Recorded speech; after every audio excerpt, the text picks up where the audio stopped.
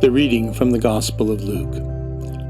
Now on that same day, 2 of them were going to a village called Emmaus, about 7 miles from Jerusalem, and talking with each other about all these things that had happened. While they were talking and discussing, Jesus himself came near and went with them, but their eyes were kept from recognizing him. And he said to them, "What are you discussing with each other while you walk along?" They stood still, looking sad.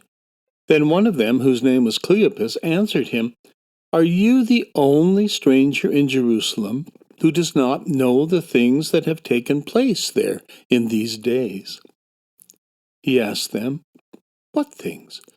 They replied, "The things about Jesus of Nazareth, who was a prophet, mighty in deed and word before God and all the people, and how our chief priests and leaders handed him over to be condemned to death and crucified him. But we had hoped that he was the one to redeem Israel. Yes, and besides all this, it is now the 3rd day since these things took place.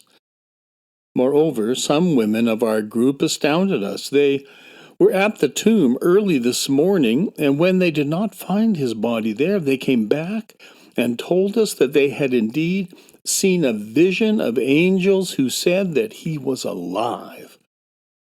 Some of those who were with us went to the tomb and found it just as the women had said, but they did not see him."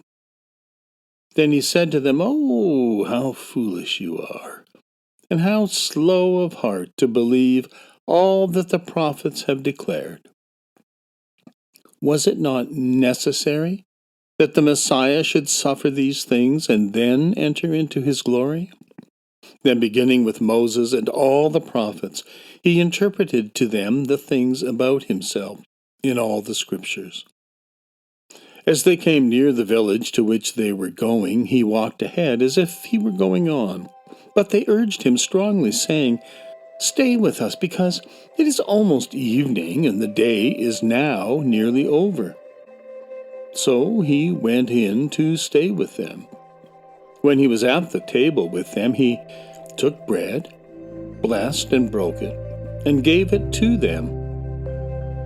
Then their eyes were opened, and they recognized him, and he vanished from their sight.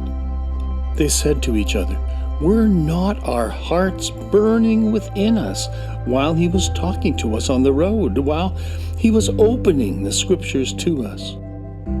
That same hour they got up and returned to Jerusalem, and they found the 11 and their companions gathered together. They were saying, "The Lord has risen indeed, and he has appeared to Simon." Then they told what had happened on the road, and how he had made known to them in the breaking of the bread.